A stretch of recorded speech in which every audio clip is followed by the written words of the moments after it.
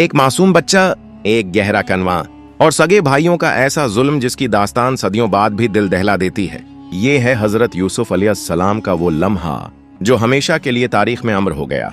एक हरी भरी वादी में सूरज की नर्म किरणों के नीचे एक नन्हा सा चेहरा चमक रहा था। ये यूसुफ अलैहिस्सलाम थे, याकूब अलैहिस्सलाम के सबसे लाडले बेटे। उनकी मासूम मुस्कुराहट और खूबसूरत चेहरा देखकर हर दिल इनका गर्विदा हो जाता। मगर भाइयों के दिल में एक चुपके चुपके सुलगती आग थी, हसद की आग। एक दिन भाइयों ने बाप से कहा, ए हमारे वालिद, क्यों ना आप यूसुफ को हमारे साथ भेज दें ताकि वो खेल कूद कर खुश हो जाए। याकूब अलैहिस्सलाम का दिल बेचैन था। वो जानते थे कि यूसुफ पर भाइयों का दिल साफ नहीं, मगर इसरार के आगे मजबूर हो गए। रास्ते में भाइयों की आंखों में अजब चमक थी। वो एक वीरान जगह पहुंचे जहां एक गहरा कनवा मौजूद था। आसमान नीला था, पर यूसुफ के लिए यह दिन जिंदगी का सबसे अंधेरा दिन बनने वाला था। उन्होंने यूसुफ को धोखे से पकड़ा और अचानक कनवे की तह में फेंक दिया।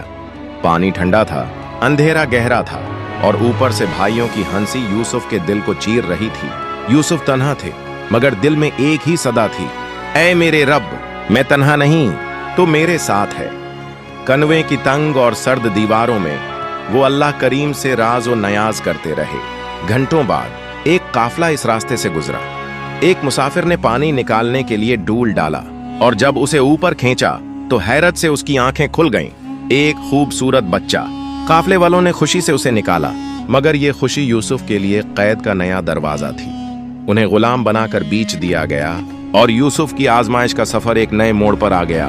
लेकिन जो लोग सोच रहे थे कि यूसुफ की कहानी यहीं खत्म हो गई, वो नहीं जानते थे कि अल्लाह करीम ने उस लड़के के लिए ऐसा मकाम लिखा था जो बादशाहों के ताज से भी बुलंद था। अगर ये कहानी आपके दिल को छू गई तो उसे दूसरों तक जरूर पहुंचाएं, ताकि वो भी सब्र और अल्लाह करीम पर भरोसे का सबक सीख सके। राही इस्लाम को सब्सक्राइब करें और बेल आइकॉन दबाकर मजीद ईमान अफरोज कहानियां सुनें।